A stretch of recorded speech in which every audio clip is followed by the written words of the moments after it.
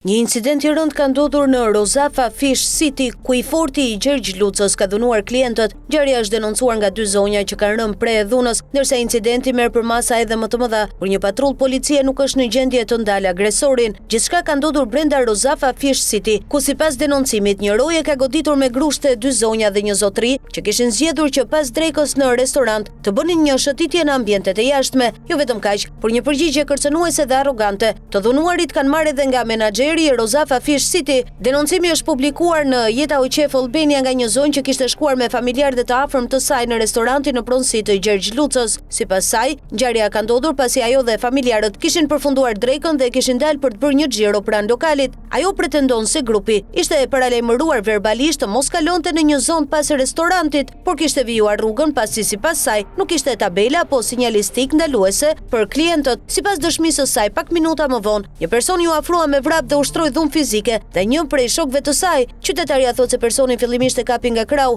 dhe më pas e goditi me shkelm dhe grusht. Ajo shton se edhe motra e saj është goditur ndërsa ishte përpjekur të ndërhynte për të ndarë konfliktin. Pas incidentit, grupi ka telefonuar policin, ndërsa personi që dyshohet se ushtroi dhunën është larguar nga vendi i ngjarjes. Sipas denoncueses, në zonë ndodhej edhe një grua me dy fëmijë të mitur, të cilët mbetën të friksuar nga situata. Qytetaria pretendon se gjatë pritjes së policisë kanë kërkuar të takojnë menaxherin e restorantit për të mësuar identitetin e personit që i kishte goditur, por nuk kanë marrë informacion. Ajo thotë se më pas ka komunikuar në telefon me një person të identifikuar si Emiliano, i cili sipas saj i ka kërcënuar dhe u ka kërkuar të largohen nga ambientet e biznesit. Denoncuesja deklaron se bisedën telefonike e ka regjistruar. Ajo shton se policia ka mbërritur në vend ngjarje dhe ka kërkuar të paraqiten në komisariat, por grupi ka insistuar që të shoqëroheshin edhe personat që ata akuzojnë për dhunë dhe kërcënime. Sipas saj, më pas ata janë paraqitur vetë në komisariatin e Elbasanit, ku kanë bërë kallëzim. Qytetaria pretendon se policia ka dokumentuar dëmtimet në fytyrë të motrës dhe shokut të saj